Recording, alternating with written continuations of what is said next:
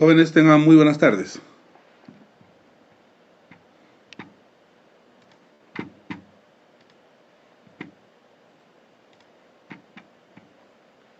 Sí, buenas noches.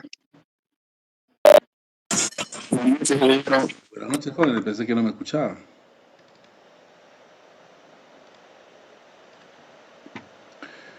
Bien, vamos a empezar nuestra sesión del día de hoy.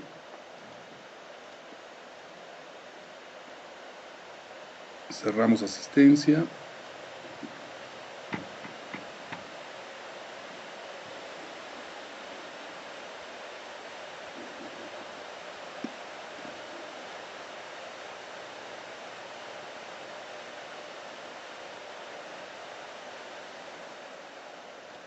Bien. Vamos a continuar con el desarrollo de nuestro sílabo. Estábamos desarrollando, hemos terminado ya el ejercicio de valor de diseño de la subrasante, ¿verdad? Y ahí habíamos dejado para el final que completen. A ver, aquí tengo un envío. Jocelyn Cagliata ha enviado su trabajo, ¿no? Ha hecho su trabajito. Bueno, aunque no era para presentar, era un trabajo que tienen que hacerlo, porque es pues lo mínimo que tienen que conocer para definir valor de diseño de una subrasante y por los métodos que hemos visto, ¿no? Ya con ustedes hemos terminado entonces ello, y ahora vamos a pasar a desarrollar la siguiente unidad ya, ¿no? A ver, ya se ha dejado aquí la bibliografía básica de la unidad 3, que titula Esfuerzos y deformaciones en pavimentos. Ese es el tema que vamos a empezar ahora y que nos va a permitir conocer más a fondo la respuesta estructural de un pavimento frente a las cargas, frente a efectos ambientales. Y una vez entendido eso, pues pasamos a diseñar finalmente las estructuras. Muy bien, entonces vamos a empezar con la unidad 3.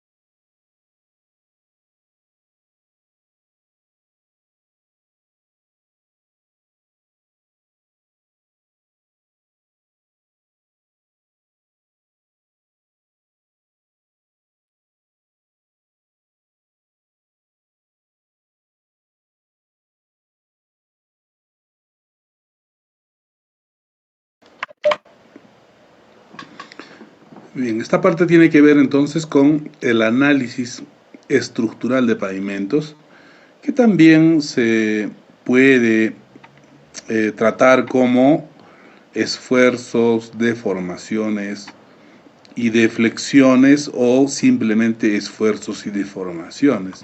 ¿Cómo está en nuestro sílabo, no? En nuestro sílabo está como esfuerzos y deformaciones en pavimentos. Aquí viene la teoría. Hay mucha más, lógicamente, pero esto es lo básico. Y esto es lo que tienen que haber revisado para esta sesión. Voy a hacer una, digamos, breve exposición de los aspectos teóricos y pasamos inmediatamente ya a resolver problemas que tengan que ver con el análisis de estructuras. Empecemos. Lo que hay que primero tener en cuenta y bien claro es qué cosa es el comportamiento estructural. A nivel general, comportamiento estructural, se supone que entendemos que es el análisis estructural, ¿verdad? El análisis estructural es un proceso, un procedimiento, ¿no? Aplicando pues una metodología mecanicista normalmente en alguna estructura, ¿para qué? Para conocer la respuesta de la estructura a solicitaciones externas, que pueden ser cargas o pueden ser otros tipos de solicitación, como efectos ambientales, como temperatura, no del ambiente, ¿no? Puede ser, por ejemplo, temperatura generada por alguna fuente de calor, digamos, artificial, etcétera, etcétera, ¿no? Entonces ahí yo pienso que no hay problema en entender qué cosa es el análisis estructural. Y si hablamos de análisis estructural de pavimentos, toda, digamos, la forma en que se comporta pues una estructura de pavimentos que está conformada por suelos, en capas, compactada, diseñada para cumplir una finalidad, ¿no? Pero pasemos a hablar algo más específico ahora, que es el comportamiento estructural de pavimentos. Este término es muy utilizado o suele ser utilizado por los tesistas sobre todo, ¿no? Voy a hacer mi tesis y es comportamiento de pavimentos, de tal pavimento. Y muchas veces nos hemos fijado de que utilizan el término comportamiento estructural y no pueden, digamos, no entienden en el fondo de qué se trata realmente, ¿no? Cuando hablamos de comportamiento estructural. Entonces, el comportamiento estructural es el resultado de un proceso del análisis estructural y nos permite observar pues, la forma en que responde una estructura. En realidad, el comportamiento estructural es observar la respuesta estructural. ¿Y qué cosa es respuesta estructural? No sé si está acá definido respuesta. No, no está, ¿no? Está comprendido acá en este concepto. Dice, el análisis de la estructura de un pavimento caracteriza la respuesta estructural y la respuesta estructural es, digamos, el producto del análisis que nos permite entender el comportamiento de una estructura y que se expresa en términos de esfuerzos, deformaciones unitarias y deflexiones por capa, en el caso de estructuras de pavimento. Eso es lo que nos interesa y eso es lo que conforma la respuesta estructural.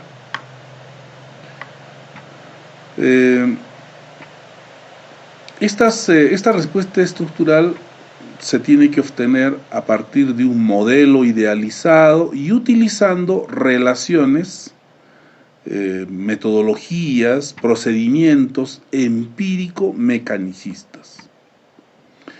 Las condiciones funcionales caracterizan el grado de deterioro del pavimento en términos de criterios de falla y también se obtienen por el método empírico-mecanicista. Entonces hay dos cosas en esta definición, ¿no? De que el comportamiento de un pavimento, el comportamiento estructural de un pavimento requiere de una respuesta estructural para entender ese comportamiento y requiere de conocer las condiciones funcionales. Respuesta estructural y condiciones funcionales entonces me van a permitir saber cómo se está comportando una estructura. En este curso nos vamos a centrar solamente en respuesta estructural. Las condiciones funcionales, cómo se determinan, cómo se modelan, cómo se llega a, digamos, a predecir la condición funcional de un pavimento, corresponde a un curso de diseño avanzado de pavimentos. A nivel de pregrado, lo que vamos a hacer es una introducción al análisis mecanicista y nos vamos a centrar en respuesta estructural. Entonces, si quieren aprender sobre condiciones funcionales, ya hay que hacer un curso de especialización, ¿no? Una maestría, un diplomado, ahí probablemente recibamos pues mayor formación, digamos, en un tema ya avanzado de este curso de pavimentos. Pero hay que saber que las condiciones funcionales caracterizan el nivel de deterioro de un pavimento y se expresan en términos de falla. ¿No? Falla por fatiga, falla por ahuellamiento, ¿no? Falla por agrietamiento. Entonces, esos criterios de falla están establecidos tanto para pavimentos flexibles como para pavimentos rígidos y se pueden predecir según modelos que tenemos actualmente y que se siguen innovando, se siguen investigando, se siguen proponiendo nuevos modelos, mejora de los modelos que existen, siempre con el avance de la tecnología y el mayor entendimiento que estamos logrando de cómo se comportan las estructuras de pavimento ante las cargas, ante los efectos ambientales. Hablemos un poquito sobre lo que son los modelos mecanicistas para el análisis estructural. Cuando vamos a analizar una estructura tenemos que expresarla, digamos, idealizarla y poderle plantear una solución analítica, es decir, expresarla en términos matemáticos. Eso es modelar, ¿no? Modelar una estructura es representar una estructura, pero matemáticamente. Y una vez representada matemáticamente, con ecuaciones diferenciales, con toda la matemática avanzada que se conoce, plantearle una solución para hallar sus incógnitas. Que normalmente en el caso de pavimento lo que nos interesa son esfuerzos, deformaciones, deflexiones y criterios de falla. Eso es lo que nos interesa. Entonces, existen diversas formas de idealizar una estructura y formularla, expresarla matemáticamente. El primer modelo que vamos a mencionar es el modelo elástico lineal, que ha sido propuesto por los años 40, 50, ¿no? Inclusive Boussinesq, por 1850 más o menos, y ya plantea pues el uso de la teoría de elasticidad de Hooke para responder, para determinar respuesta estructural. No en suelos precisamente, no en pavimentos, pero respuesta estructural en una masa continua, en un medio continuo. Desde Boussinesq ya la teoría mecanicista ha evolucionado grandemente y ahorita sí podemos pues tener ya teorías aplicadas propiamente a pavimentos, empezando desde el modelo elástico lineal de capas, ¿no? O como se ha generalizado el modelo elástico lineal multicapa, por ejemplo, que ha sido enunciado por Donald Bullminster, por los 40, ¿no? 1940 más o menos, ¿no? Con un artículo de investigación publicado en una revista y mundialmente conocida de ingeniería, y plantea su modelo mecanicista, el modelo elástico lineal multicapa. A ver, se me da la curiosidad de mostrarles ese artículo. Es muy interesante, ¿no? Muy bonito el artículo. A ver, acá vamos a buscar. Vamos a poner Bullminster.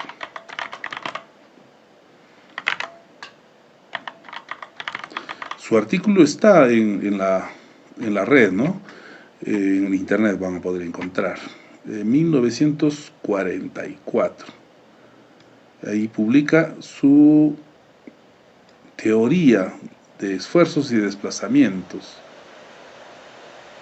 Este es el primero. Miren, jóvenes, en 1944 se publicaba así.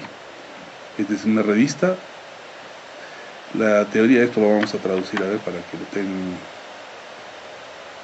presente. Esto es historia, jóvenes. Lo que les estoy mostrando son datos históricos. Aquí es en donde empieza pues la evolución de la teoría mecanicista para pavimentos. El aporte de Donald Burmeister es decisivo para eso. Vamos a traducir.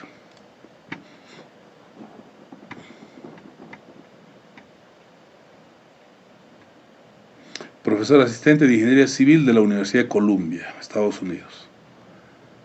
Ahí en 1944, Donald Burmeister era profesor asistente.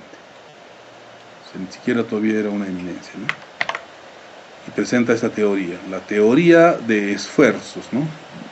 Tensión es mala traducción, de esfuerzos y desplazamientos en sistemas estratificados y aplicaciones al diseño de pistas de aeropuertos.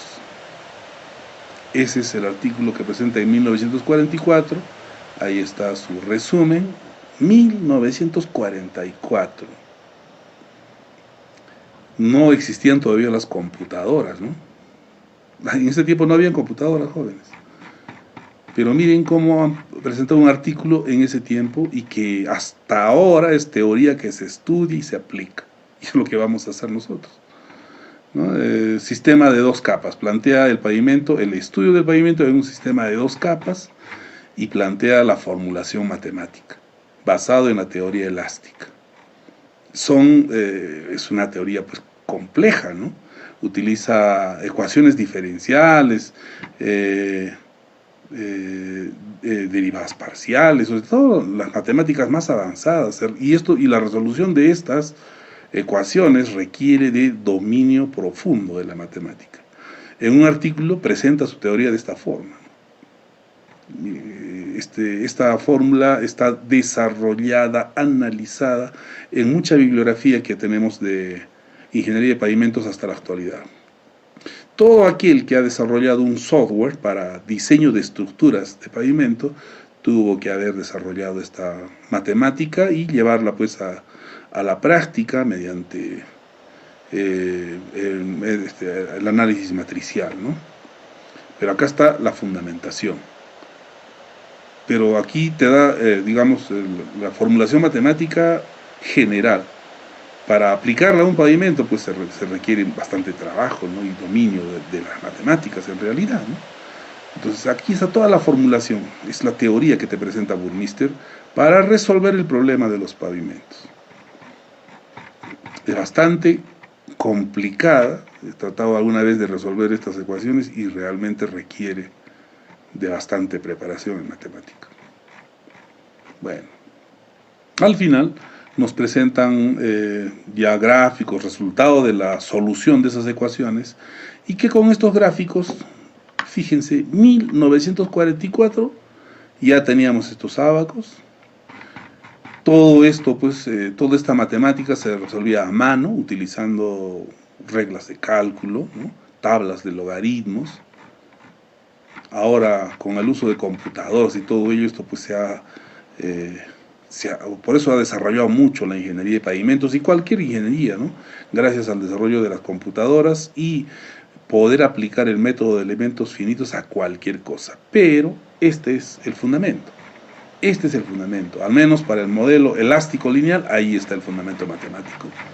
Y estos son ya los ábacos que nos ayudan para poder aplicarlo, digamos, directamente al caso de los pavimentos, sin tanta complicación, ¿no? Con los gráficos, y nosotros vamos a aprender a manejar el método gráfico. Es decir, ya la resolución de este problema matemático está plasmado en ábacos, en gráficos, y que la aplicación relativamente sencilla, pero nos permite conocer cómo se comporta una estructura, en este caso los pavimentos.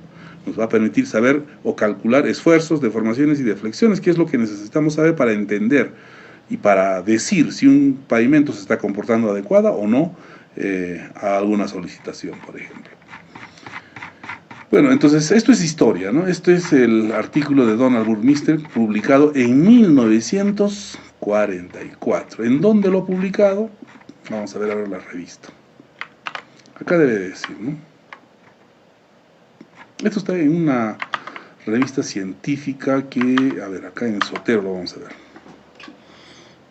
Acá, en esta revista. La publicación Highway Research Board Proceedings. Esa es la publicación.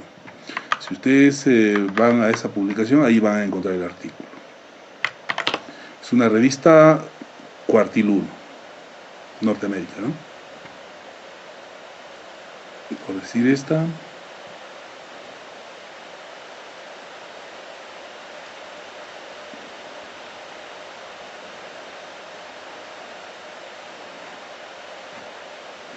Acá tengo artículos muy antiguos, 1927, miren, 1959. Yo quería encontrar, a ver, ¿qué es del Shimago? ¿La reconoce o no? Shimago. A ver. Sí, la debe reconocer, es una revista que está actualmente vigente. A ver. No. Ha debido cambiar de denominación, algo así. No está ahorita en el Shimago. Pero yo la he encontrado este artículo, o la pista la encontré en el TRB, en el Transportation Research Board. Ahí encontré la pista y mi intención era conseguir el artículo a toda costa. No fue muy sencillo, pero con insistencia y algún tiempito logré encontrar, y en realidad son 3 artículos, ¿no? Ese es el primero, luego viene este de 1945, que es la teoría general, ¿no? Pero este es el tercero, o sea, son 3 artículos que ha publicado Donald Burmeister, toda su teoría elástica multicapa. Este es el segundo, está la continuación de su formulación matemática, volumen 16, marzo 1945. La publicación dice, fundada por la investigación de física de la Universidad de Columbia. Por eso no está en las revistas, ¿no? Esto era en una revista, una publicación científica de la Universidad de Columbia, ahí ha sido. Pero después fue recogida por las revistas científicas que conocemos actualmente. Fue recogida y publicada también. Bueno, ya un tema largo de explicar, pero quería un poquito mostrarles eso, o sea, del fundamento, ¿no? De dónde parte lo que vamos a ver ahora a continuación. Entonces, el modelo elástico lineal ha sido generalizado, ya planteado en su forma general por Donald Burmeister en 1944. Y desde esa fecha en adelante empieza, pues, ¿no?, la evolución del análisis mecanicista de pavimentos. Los modelos que han seguido a ese modelo básico inicial son, por ejemplo, el modelo elástico no lineal.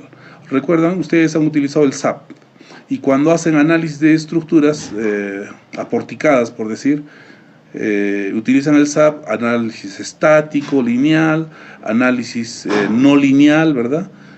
Y hacen análisis más avanzados, probablemente análisis plástico, etc. Eso en estructuras. En el caso de los pavimentos tenemos también una evolución similar, quizá un tanto más, digamos, lenta, ¿sí?, por la complejidad que representa solucionar un problema con suelos. El problema, para representar matemáticamente el comportamiento de un suelo, para formular matemáticamente un suelo, para modelarlo, es pues muchísimo más complejo que el problema para modelar una estructura aporticada de concreto armado o una estructura metálica. El problema en suelos es mucho, mucho más complejo. Por eso es que los modelos están siendo generalizados, planteados recientemente, y simplificados, ¿no? Simplificados para poder tener una solución. Ese es el detalle que hay que entender, ¿no? Si bien es cierto tenemos soluciones o modelos elástico no lineal, modelo viscoso, modelo viscoelástico, para llegar a plantear las soluciones según estos modelos, siempre se ha recurrido a simplificar la realidad. Como se hace también en estructuras, lógicamente, solo que en el caso de suelos, las simplificaciones son muy grandes. Y ahorita vamos a entender, a ver qué cosa es eso de las simplificaciones de la realidad. Pero primero tomemos en cuenta esto. Modelo elástico lineal. Y miren todos los modelos que se han aplicado y se aplican a pavimentos en la actualidad.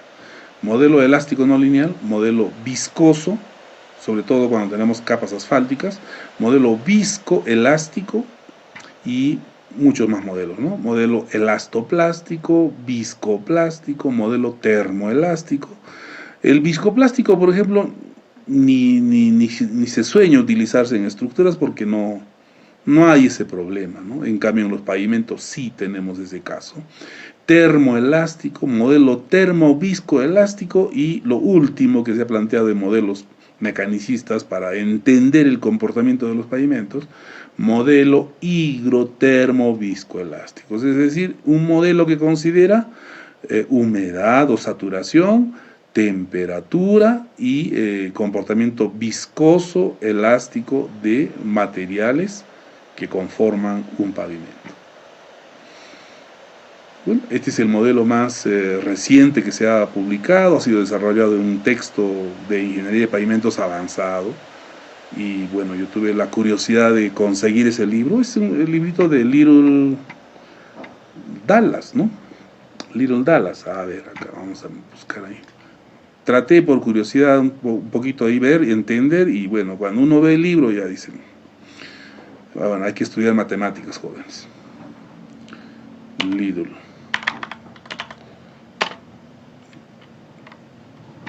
A ver.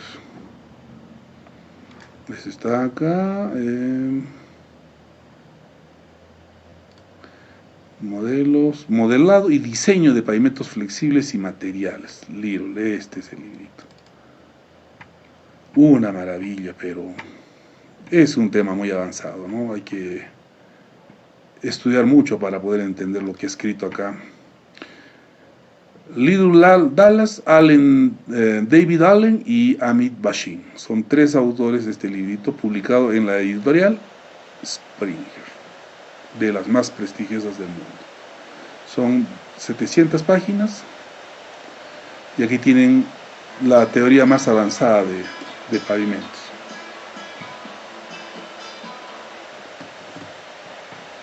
A ver, ¿este o me estoy equivocando? Creo que me estoy equivocando. Este no es. Me equivoqué, jóvenes, van a disculpar. Este es otro libro. Es de pavimentos también, lógicamente, ¿no? Pero este no es. El otro texto, entonces no es Little Dallas. Es Das. Acá lo menciono, pues en mi libro está mencionado. A ver acá.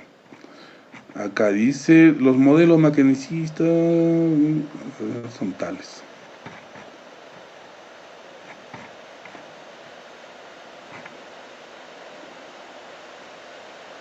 Lidl. Higuera.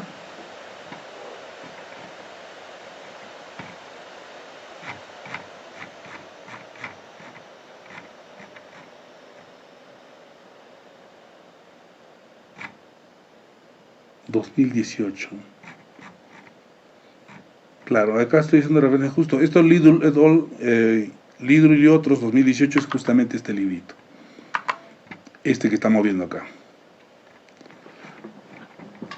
Entonces hay otro que encontré recientemente, no es el que está publicado acá. Aquí habla, claro, de pavimentos a nivel general, habla de esos modelos, pero hay otro en donde se desarrollan esos modelos. O sea, toda la formulación matemática es una locura, ¿no? Yo quería mostrarles eso para que vean la locura que es, pues, el manejo de la formulación matemática para el caso de pavimentos. Bueno, será en la siguiente clase, jóvenes. Pero bueno, ahí tienen ustedes un librito interesante. Ustedes ponen ese título en el internet y van a llegar en la página que les indiqué en las clases anteriores. Pueden descargarse este y muchos otros libros más, ¿no? Para entender algo, conocer un poco más, ¿no? Y introducirse pues en este mundo tan apasionante de la ingeniería de pavimentos. Bueno, entonces esto a manera de introducción. Vamos a llegar ya ahora sí a hablar un poquito más de la formulación matemática y la modelización de los pavimentos. Hay que entender esta parte que nos dice Yang Wang, que es otro ingeniero un investigador muy prolífico, bastante citado, es decir, ha publicado muy buena información en cuanto a ingeniería de pavimentos, el doctor Yang Wang. Nos dice que la manera más simple de caracterizar el comportamiento de un pavimento flexible bajo cargas de una rueda es considerando como un medio homogéneo. La forma más simple, y esa es la que vamos a aprender primero. Este medio es infinitamente grande en el horizonte, infinito horizontalmente y finito en el sentido vertical. Este medio, el suelo, vamos a decir, tiene una extensión infinita en el sentido horizontal y finita en el sentido vertical, es semi-infinito, quiere decir, en el sentido vertical está, digamos, limitada en la superficie y en el fondo es infinito. Eso es semi-infinito. Estamos describiendo el medio primero, ¿no? Entonces dice, en ese medio semi-infinito, miren, este medio es infinitamente grande en el horizonte y infinito en el sentido vertical, con una superficie plana en donde las cargas son aplicadas. La teoría original de Boussinesq, dada a conocer en 1885, se basa en la aplicación de una carga puntual en un medio elástico. Los esfuerzos, deformaciones y deflexiones debido a una carga distribuida en una superficie circular antes del desarrollo de la teoría multicapa por Burmeister. Miren, la teoría multicapa ha sido desarrollada por Burmeister en el 43, pero antes se prestó mucha atención a las soluciones de Boussinesq, 1885, ¿no? Porque ellos eran los únicos disponibles. La teoría puede usarse para determinar esfuerzos, deformaciones y deflexiones en la plataforma de la vía si la proporción del módulo entre el pavimento y la subrasante se refiere al módulo resiliente o módulo elástico cíclico, ¿no? Entre el pavimento y la subrasante es cercano a la unidad, como puede ser ejemplificado por una superficie delgada de asfalto y una base granular también delgada. Yang Wang, 2004, en la segunda edición de su libro. Esta es la idealización o el modelo de, le dicen, la discretización, el modelo que representa, en este caso, a la forma en que una carga va a afectar a un suelo. El suelo es este medio, esto de acá es el medio semi-infinito, se le llama así, ¿no? Medio semi-infinito. Aquí tenemos una carga Q de diámetro 2A, eso quiere decir que el radio es A, y esta es una carga vehicular. Y representa la carga de un neumático. Esta es la carga de una llanta, de un neumático, de un vehículo. Y es una carga vehicular, es una carga circular distribuida.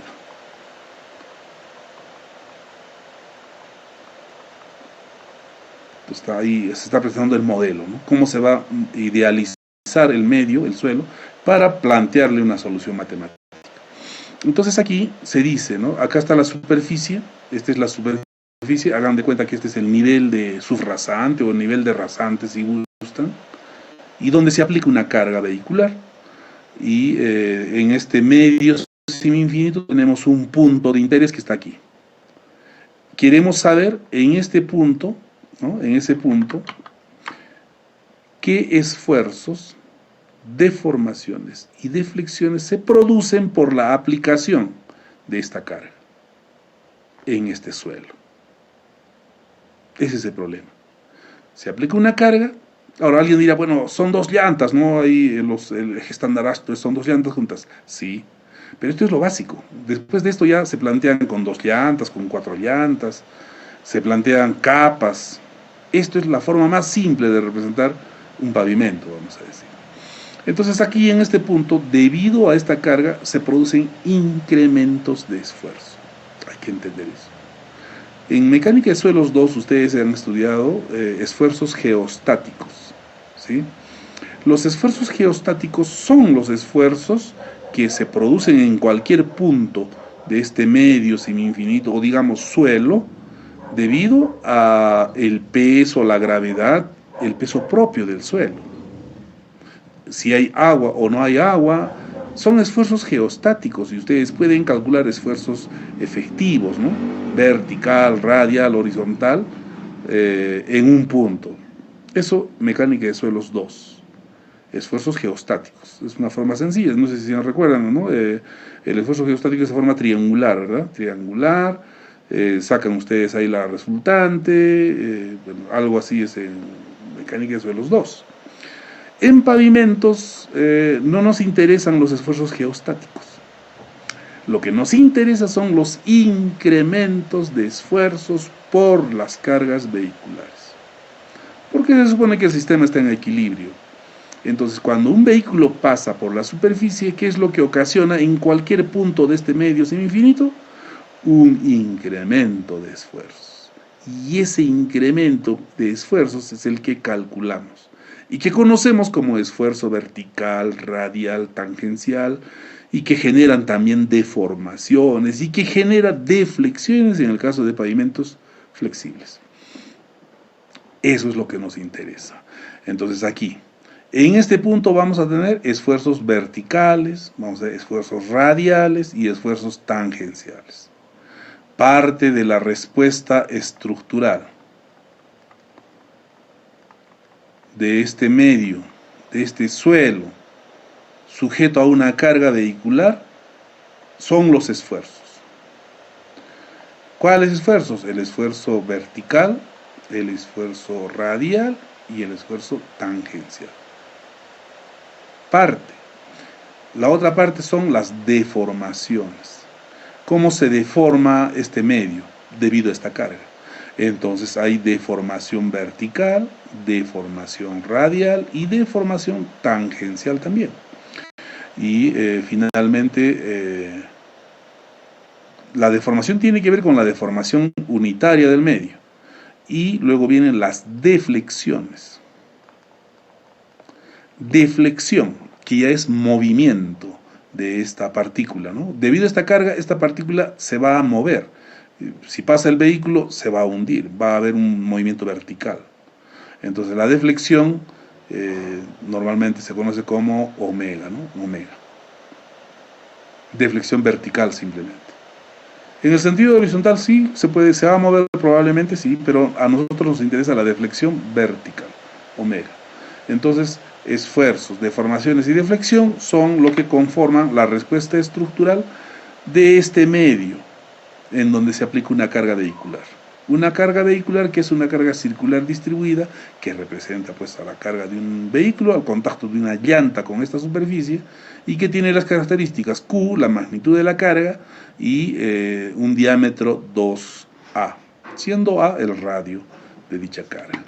Ese es el modelo básico del medio semi-infinito donde se aplica una carga y basado en ello vienen ya los otros modelos, ¿no? Ya un modelo similar al que hemos visto, solo que aquí ya el medio está estratificado, está en capas. Una forma más realista de representar a un pavimento. Un pavimento se compone por capas, ¿no? Entonces aquí continúa casi lo mismo, pero acá hay algo interesante. Para poder resolver el problema matemáticamente, ¿no? Analíticamente este problema, es decir, dada una carga en un medio semi-infinito, el medio semi-infinito está representado, idealizado, modelizado por propiedades mecánicas. Es decir, si conozco el módulo resiliente de este medio y conozco la relación de Poisson de este suelo, ya puedo calcular respuesta estructural. Entonces, el modelo elástico lineal solo requiere de el módulo elástico o módulo resiliente del suelo y la relación de Poisson. Y con eso ya puedo calcular respuesta estructural. ¿De acuerdo? Entonces, este es el caso de una sola capa, digamos, pavimento de una sola capa. Pero cuando el pavimento tiene más de una capa, entonces requiero saber el módulo resiliente, relación de Poisson de cada capa. El espesor de cada capa también es necesario para poder calcular. Tanto en este modelo básico como en este otro, se tienen que asumir ciertas simplificaciones o simplificar la realidad para poder resolver las ecuaciones diferenciales que se plantean al idealizar, al modelizar esta, digamos, realidad. ¿Recuerdan ustedes esto? No sé si algún matemático les dijo, ¿no? Algún profesor ahí en cálculo. ¿Qué son las matemáticas? Es una herramienta para representar la realidad. Una vez que puedas formular la realidad en una fórmula matemática, puedes hallarle alguna solución o predecir. Es lo que hizo Einstein tratando de formular el universo, ¿no? ¿Cómo se comporta el universo? ¿Bajo qué ley se comporta? Entonces ahí aparece su formulación matemática E igual a C por M o más al cuadrado, ¿verdad? Y eso deriva pues de un análisis muy profundo de la aplicación de la física avanzada para interpretar la realidad, y en este caso que es el universo, ¿no? Entonces se llega a una ecuación tan simple.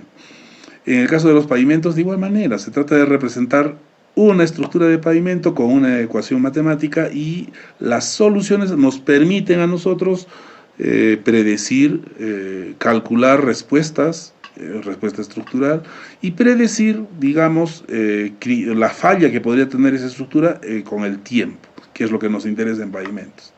Pero para poder hallar una solución, no se puede hallar una solución representando tal como está la realidad, tal como es un suelo en realidad, ¿no? Es demasiado complejo y no tendría solución el problema. Solo tiene solución el problema si hago estas asunciones, estas suposiciones. ¿Cuáles? Acá dice assumption, ¿no? Y eso está explicado acá, ¿no? Si tú has leído el documento, bueno, ya lo has leído y con esta explicación lo vas a entender, ¿no? Si no lo has leído, bueno, esperemos que entiendas con la explicación. ¿Cuáles son esas asunciones que se hacen? Uno, cada capa es continua. O sea, se asume que es continua. ¿Qué quiere decir continua? Que no hay discontinuidades. Entonces ahí les hago la pregunta. Ustedes han visto un suelo y han visto una capa de subbase, base, ¿no? Pregunto, ¿ese medio, esa capa es continua? ¿Se puede considerar un material continuo? Si nos acercamos con un microscopio, ustedes van a notar que entre partícula y partícula hay espacios vacíos. Hay discontinuidades. No es continuo. Pero para poder resolver el problema tengo que asumir que es continuo, que cada capa está conformada por materiales y es continua la capa. La realidad nos dice que es discontinuo. Muy bien, primera simplificación. La otra simplificación que hay que hacer es que se debe de considerar cada capa homogénea. Y ustedes han escuchado y han leído de que el suelo pues no es homogéneo, ¿verdad? Un suelo es heterogéneo, es infinitamente heterogéneo. De un punto a otro punto varían sus propiedades. Pero para resolver el problema en pavimentos tengo que asumir que es homogéneo. Es decir, que las propiedades del suelo en un punto A, como este de acá, son iguales a las propiedades en un punto B. Son las mismas propiedades, es decir, asumo que es homogéneo. que cualquier propiedad es igual en cualquier punto. ¿Eso es cierto? ¿Es la realidad? No. Un suelo no es homogéneo, pero hay que asumir que es homogéneo para poder resolver. Esas mismas simplificaciones, jóvenes, se hacen en la solución de estructuras aporticadas, en la solución de estructuras de acero. Solo que el acero, que resulta de un proceso de fabricación, se podría asumir con cierto grado, con mayor, digamos, certeza, confiabilidad, de que un punto en una varilla de acero o en un perfil de acero tiene las mismas propiedades que en otro punto de ese acero. ¿Será cierto? Si somos estrictos, no es cierto, pues hay siempre variaciones. No es exacto, exactamente igual, no.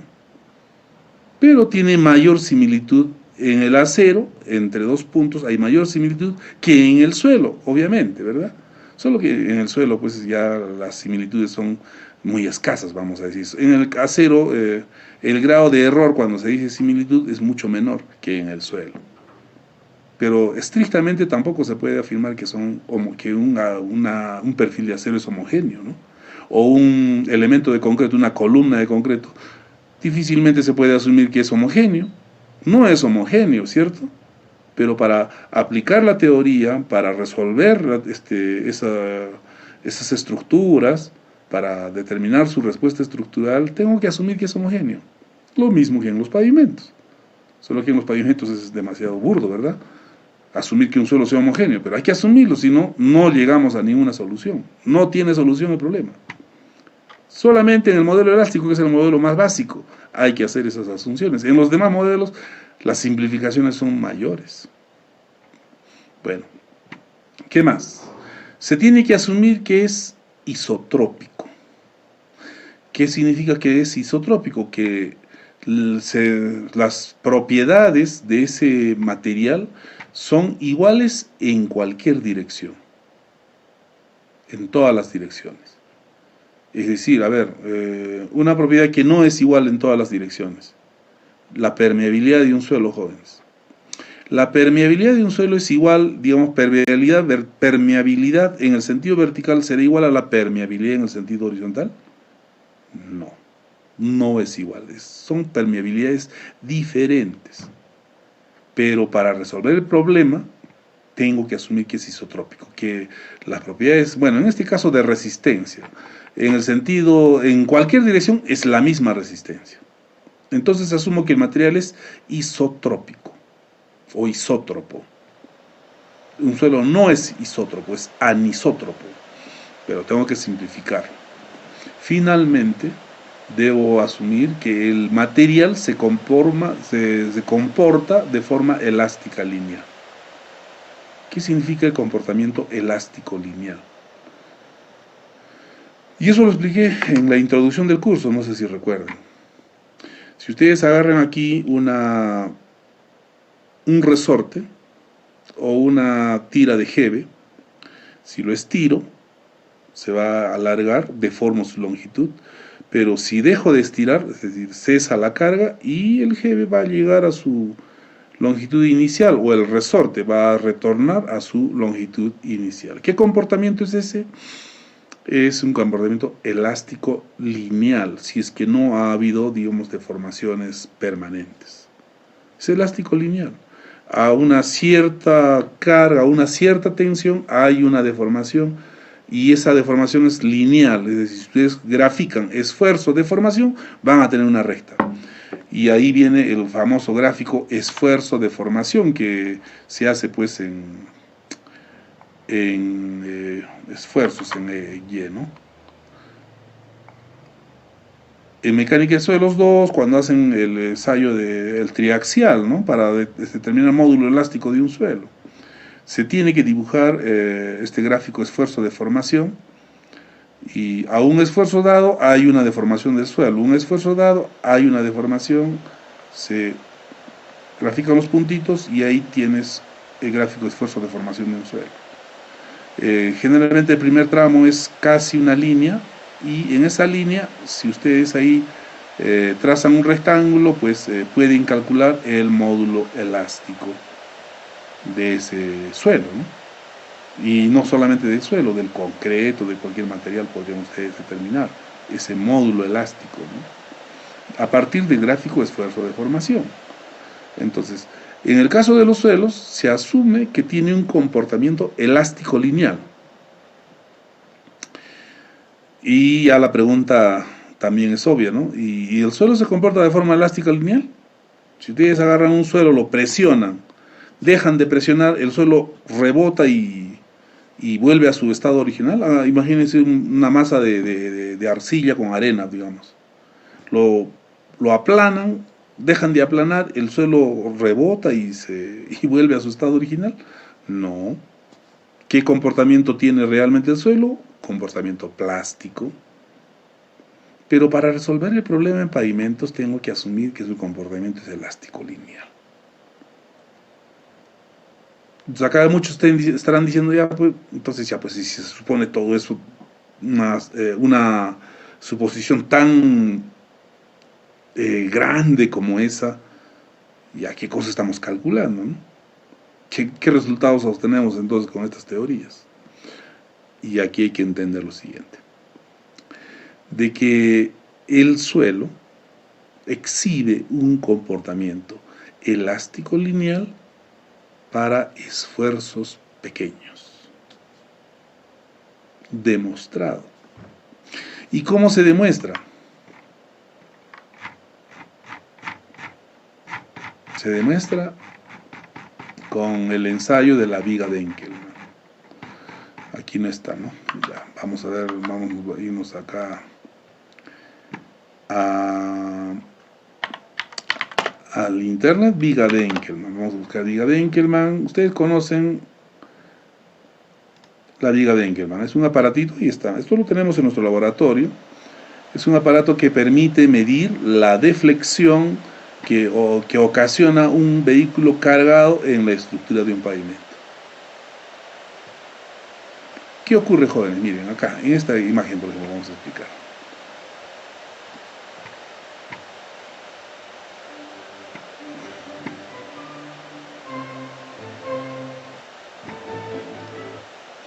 Ahí en la imagen que están viendo, se tiene este vehículo cargado, por norma debe estar cargado con 18.000 libras. O sea, el eje posterior, que es un eje simple de rueda doble, debe estar cargado con 18.000 libras. Entonces, ya a cada par de llantas le corresponde 9.000 libras, ¿no es cierto? Entonces se coloca este aparatito que se conoce como viga de Enkelmann. Se coloca tiene un brazo que se coloca entre las dos llantas aquí y se fijan unos diales aquí en cero. ¿Y qué es lo que ocurre? Se ordena que el vehículo marche, que empiece a velocidad muy lenta, y lo que este aparatito detecta es que esta varilla, hay una varilla acá que está apoyada pues en el pavimento, ¿no? Una barra, esta barra de acá apoyada en el pavimento. Cuando el vehículo se aleja, o cuando el vehículo está, digamos, aquí, justo en el punto de la barra, el pavimento deflexiona.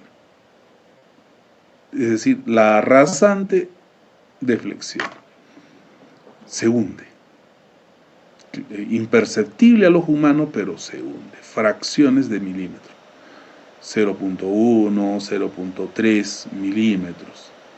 Entonces, cuando se coloca esta viga de Enkelmann entre esas ruedas, se colocan los diales en cero, el vehículo se va y la punta de la viga, pues juntamente con el pavimento, toma o recupera su horizontalidad o su forma original. Para el esfuerzo que representa este vehículo en el pavimento, en este caso un pavimento asfáltico, este pavimento se comporta como un elástico. El vehículo se ha hundido, se va el vehículo, el pavimento recupera su forma original, su nivel original. Y este aparato que se llama viga de Enkelmann permite medir cuánto se ha deflexionado, cuánto ha sido la deflexión. Entonces, Este vehículo, cargado con 18.000 libras en su eje posterior, es una carga, bueno, es carga considerable, pero es un esfuerzo pequeño para la rigidez de esta estructura. Es un esfuerzo pequeño, se considera un esfuerzo pequeño, para el que esta estructura se comporta de forma elástica. Eso es lo que ocurre en los pavimentos. Entonces imagínense, ¿no? Un vehículo o una carga pesada está pasando a través de una carretera, el pavimento, cuando el vehículo con sus ejes está pasando, el pavimento se ha deflexionado y pasa, vuelve a su estado original. Exhibe un comportamiento elástico. Entonces se dice que esta simplificación, que el comportamiento del pavimento o del suelo es elástico lineal, se cumple, es válido para esfuerzos pequeños. Ahora vamos a aprender a calcular esos esfuerzos. Pero estos gráficos son la trayectoria de los esfuerzos verticales, esfuerzos horizontales que vamos a aprender a calcular. Primero para un medio o una sola capa y de repente luego para dos capas, ¿no? Si es que el tiempo nos da. Para hacer eso hay diferentes caminos, diferentes formas de resolver o calcular respuesta estructural. Una de ellas es utilizando gráficos o ábacos, y son estos de acá. Y la otra es utilizando tablas o fórmulas, ¿no? Primero fórmulas, ya no con ábacos, sino con fórmulas, y finalmente con una tablita, con esa tabla de acá. Y con este método puedes calcular cualquier esfuerzo y deformación. Miren, con estas fórmulas tan simples, calculas respuesta estructural de un pavimento. Interesante, ahí hay algunas. Estas tablitas se usan para ello, y ahora vamos a hacer unos cuantos ejercicios para que pongas en práctica esto de acá y veas lo sencillo que es calcular esfuerzos y deformaciones para un pavimento de una sola capa. Cuando es dos capas, la cosa se complica. Para tres capas ya es mucho más complicada, hay que aplicar ya ahí matrices, y cuando es n capas, pues la solución generalizada ya solamente por método matricial y elementos finitos probablemente, ¿no? Entonces cada vez es más complicado. Manualmente una sola capa se resuelve tranquilamente y lo vamos a hacer ahora. A ver, ¿cuánto tiempo nos queda? Vamos a consultar nuestro horario. Tenemos hasta las 8:45, tengo 20 minutos. 20 minutos que me puede servir para poder absolver alguna pregunta que tengan, si es que hubiera. Hasta esta parte, ha sido una pequeña introducción al análisis mecanicista. He tratado de ser lo más resumido y didáctico posible para explicarles, pues, ¿no?, lo del modelo idealizado del caso de un pavimento, de un medio semi-infinito, y las soluciones que tenemos hasta ahora para resolver respuesta estructural. ¿Alguna pregunta?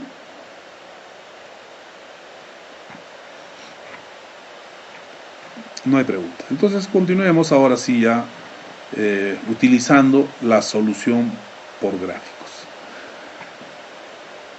Antes de Burmeister, Foster y Alvin en 1954 ya publicaron gráficos para determinar esfuerzo vertical, radial, tangencial, esfuerzo cortante y la deflexión debidos a una carga aplicada en un medio semi-infinito. Esos gráficos están justamente aquí. Vamos a entender. Si yo quisiera calcular, por decir, el esfuerzo vertical, ¿no? Recuerden que esfuerzo vertical es sigma z, esfuerzo vertical. Z representa la profundidad, la distancia de la superficie o distancia vertical, ¿no?, hasta un punto de interés. Si este es el nivel de rasante o subrasante, y este es un punto ubicado en este medio semi-infinito, denotado por el módulo elástico, módulo resiliente o relación de Poisson. Y quiero saber aquí, cuando se aplica una carga circular distribuida, un neumático de un vehículo, quiero saber cuánto es el incremento de esfuerzo vertical debido a esta carga. Esta carga tiene una magnitud Q, y lo que quiero saber acá cuánto es pues el esfuerzo vertical. Y había dicho que Z es entonces esta profundidad. Eso es Z.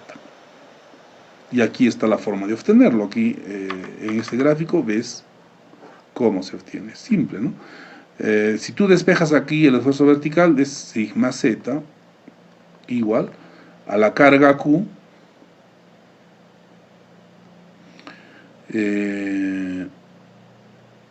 acá vas a tener un valor, vamos a llamarle aquí el valor X, le vamos a llamar, cualquiera de estos números va a ser X.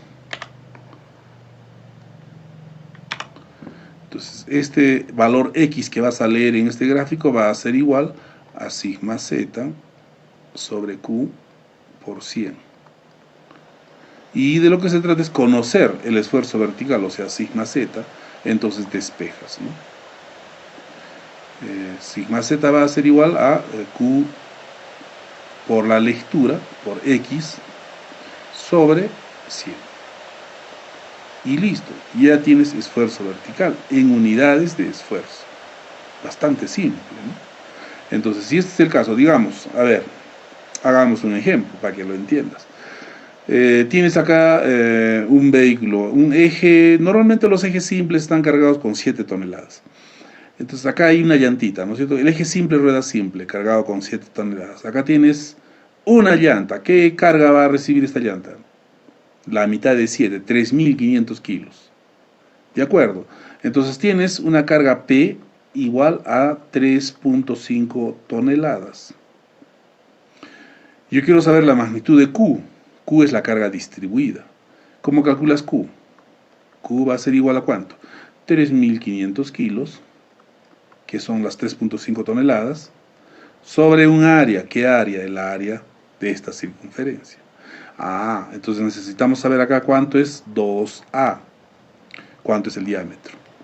Normalmente el radio de un neumático, de un camión, de un vehículo, está por los 15 centímetros. A es 15 centímetros. Decimos 2 por 15 centímetros. ¿Sí? Entonces aquí, ojo, no, esto está mal, tiene que ser el área, porque el área, sabiendo el radio, que es 15 centímetros, el área va a ser igual a pi por radio, 15, al cuadrado, ¿no es cierto? Centímetros cuadrados va a resultar ahí. A ver, ¿cuánto sale ahí? ¿Cuánto sale con 2 decimales nomás, no? Calculen esto.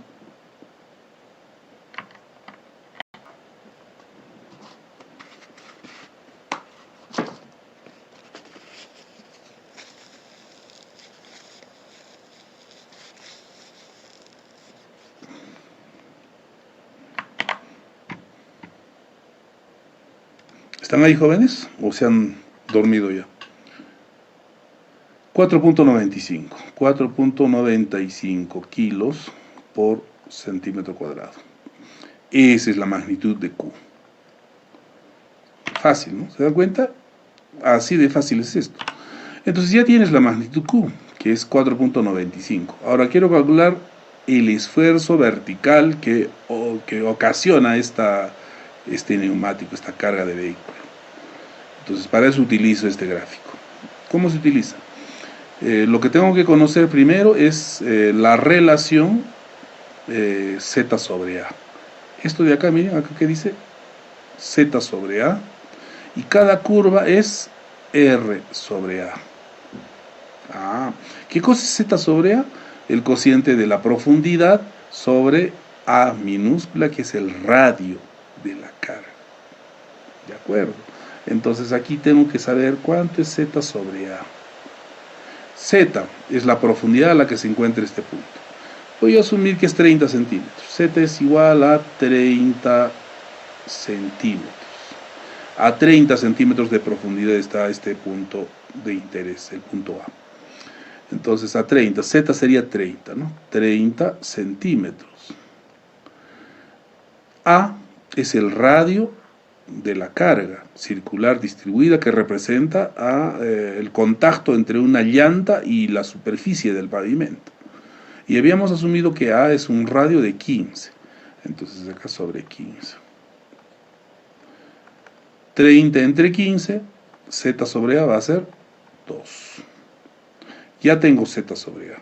Ahora necesito R sobre A. ¿Y qué cosa es R sobre A? R es la distancia del eje de simetría de la llanta con respecto a este punto, hasta el punto de interés A. Es decir, esta llantita tiene un eje, ¿verdad? Esa carga circular tiene un eje. Esta distancia es R. Esa distancia. ¿Se entiende? Esa distancia es R. Si este punto A estuviera exactamente debajo del centro de esta carga, R sería 0. Pero está a un ladito, ¿no? No es 0. Pues R, vamos a asumir que acá es 10 centímetros. Para el punto A está 10 centímetros del eje. 10 centímetros. R es igual a 10 centímetros. Y para entrar a este ábaco necesito saber la relación R sobre A. Entonces sabemos que R es 10 centímetros sobre A, que es 15 centímetros. ¿Cuánto es 10 entre 15? 10 entre 15. ¿Alguien tiene alguna calculadora? 0.67. Voy a redondearla a 0.7. 0.7. Muy bien. Ya tengo mis relaciones ahí. Z sobre A, 2. R sobre A, 0.7. Ahora voy a buscar estos valores en el gráfico o en la imagen 3.10, que es esfuerzos verticales debidos a una carga circular. Bien. Entonces acá tenemos Z sobre A igual a 2. Aquí justamente está 2. Es esta línea. ¿Ya? Vamos a trazar esta línea. Es esta línea. Trazo con un color rojo mejor.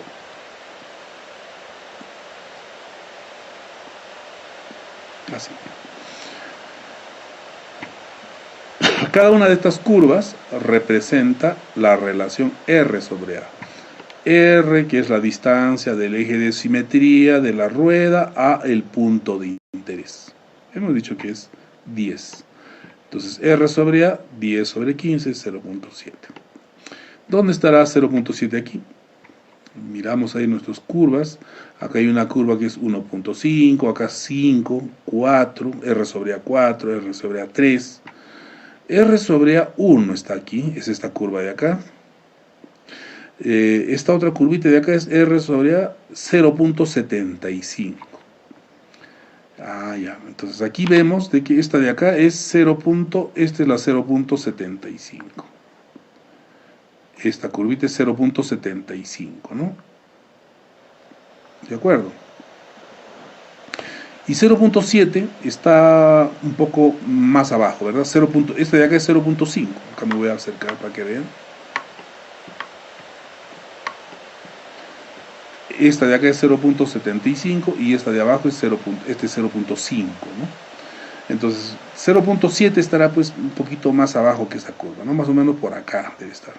La intersección entre 0.7 y esta línea que es 2 se produce en este punto. Ahí está la intersección. Desde esa intersección proyecto hacia arriba. Trazo una línea hacia arriba y aquí lecturo. ¿Cuánto es? 20, 30, más o menos a la mitad sería 25. Estamos hablando de más o menos aproximadamente 23. Esa es la lectura que haría. 23. X sería 23, ¿no? Entonces aquí, sigma z, que es igual. Esfuerzo vertical va a ser igual a la carga Q. ¿Cuánto era la carga Q? 4.95, sí, ¿no? 4.95 kilos por centímetro cuadrado. 4.95 por X, es decir, 23. Lo que hemos leído acá, ¿no? Sobre 100. Entonces ahí tengo el esfuerzo vertical. ¿En qué unidades? A ver, 4.95 está en kilos por centímetro cuadrado. Este 23 es adimensional, 100 es adimensional. Entonces aquí voy a expresar el esfuerzo vertical en kilos por centímetro cuadrado.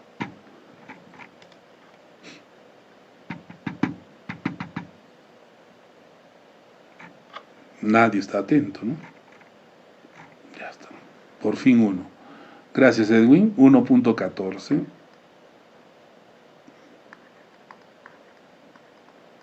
kilos. Y esos son números reales, jóvenes. Un eje simple, rueda simple, cargado con 7 toneladas, apoyado sobre un suelo, cuyo módulo elástico, bueno, para este cálculo no se requiere módulo elástico, para lo que es esfuerzos, ¿no? Para deformación y deflexión sí, pero para esfuerzo no se requiere módulo elástico. Lo mismo te va a salir si estuvieras calculando sobre una roca, sobre concreto puro o sobre lodo. Es lo mismo, porque el esfuerzo vertical no depende del medio. Primera lección, no depende del medio. Por eso es que no hemos utilizado en ninguna parte del cálculo módulo elástico. En las otras partes de la respuesta estructural sí. Entonces, el esfuerzo que produce esta carga, que en un neumático es de 3.500 kilos, a 30 centímetros de profundidad, a 10 centímetros del eje de simetría de esta carga circular, es de 1.14 kilos por centímetro cuadrado. Interesante, ¿no? Entonces este grafiquito pues es fundamental, ¿no? Nos permite calcular esfuerzos verticales. Y la pregunta del millón es, ¿y si tuviéramos aquí un pavimento con una capa asfáltica, con base, subbase, ¿el esfuerzo sería el mismo? Sí, el esfuerzo sería el mismo porque no depende del material. El incremento de esfuerzo no depende del material. Hay que ponerse a pensar un poquito, razona eso, y te vas a dar cuenta que no depende del material. Sea concreto, vidrio, lo que sea, es el mismo esfuerzo. Lo que sí va a ser diferente es la deformación. Eso sí depende del material. ¿De acuerdo? Entonces, ¿cómo se calcula deformación? ¿Y cuánto deflexionaría? Si es concreto, la deflexión va a ser 0 probablemente, porque su módulo elástico es muy alto, es muy rígido. Pero si es un suelo limoso, ¿cuánto es el módulo elástico de un suelo limoso? Ahí sí, pues, ¿no? El limo, la arena, tienen módulos resilientes o módulos elásticos mucho más bajos que una mezcla asfáltica, que un concreto. Entonces, la deformación, la deflexión, sí dependen del medio. Entonces, ahí ya la cosa cambia. Entonces, vamos a tener diferentes respuestas. Si es un suelo compactado, digamos, al 100% de su máxima densidad seca y tiene un CBR de 80%, hay módulos resilientes para ese tipo. En tablas hay módulos resilientes y con eso calculamos y tenemos esfuerzos. Y si tenemos datos reales de laboratorio, pues calculamos, ¿no? Y ya estamos entrando a entender el comportamiento de estos suelos o estos componentes, esta estructura frente a cargas vehiculares. Esa es una introducción. Ahora ya empezamos con algunos ejercicios para utilizar estos gráficos hasta llegar a calcular las deflexiones, deformaciones. Acá hay un primer ejemplo que habrán visto ya en el texto, para el caso de un semieje de rueda doble. Ahí está, un eje con 4 ruedas, ¿no? Un eje simple de rueda doble, 2 ruedas a cada costado. Entonces ahí está un ejemplo desarrollado que lo vamos a ver en la siguiente clase, y más ejercicios y aplicación también de este otro método por fórmulas y finalmente por tablas. Todo esto lo vamos a ver en la siguiente clase. Por hoy, jóvenes, nos ha ganado el tiempo. Nos vemos el día jueves. Hasta el jueves, jóvenes.